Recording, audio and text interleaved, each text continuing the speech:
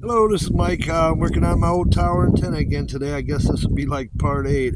I got all my guy cables attached here to the top, but I never, everything has a right way and a wrong way to do everything. For example, these guy cables got a little cradle, and the long cable that has the tension on it needs to sit in that cradle. The one that doubles back, the U-bolt will kind of crimp it and pinch it a little bit, but you don't want to pinch your main guide cable. Turns out there is a right and a wrong way to do everything.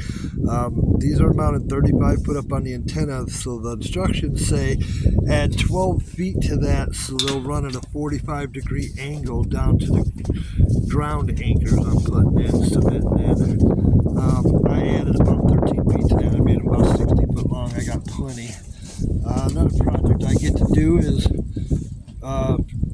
figure out the direction each thing is going to be pointing. On a tower like this, you want one pole facing your prevailing winds, which in our case is south-southwest.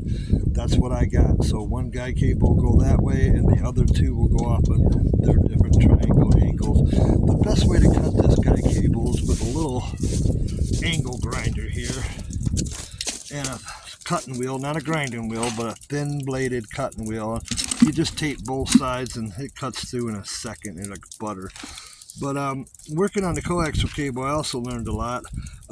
Like when you're stripping them, for example, you cannot nick or scratch that wire. The best way is to take a knife, cut the black off, the black outer shell off, fold back them little silver wires, and then there's a foam insulation with some aluminum foil on top of that.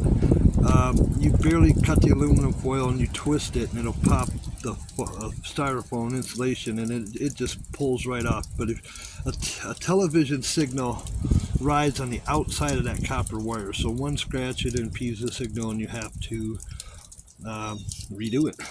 Also, everything you add to it, like say this little 4G, 5G thing, if you don't need it, don't put it in. If you're not getting 4G, 5G interference, don't use it. It impedes the signal. This connector here to turn one into two, I can add two antennas to one, two TVs to one antenna. That even reduces your signal. Even the ground block probably reduces your signal, but you have to have that. I'm also going to have to ground my cable, my guide tire, but it's right here next to my telephone pole, and I got two big ground rods in the ground. I can just tie right into those. But a little bit of technical things I didn't know or understand, but luckily I got a tower guy and a tech guy. He's all rolled into one. He knows a lot about this stuff, and if you don't have a tower guy or tech guy, you might want to get one.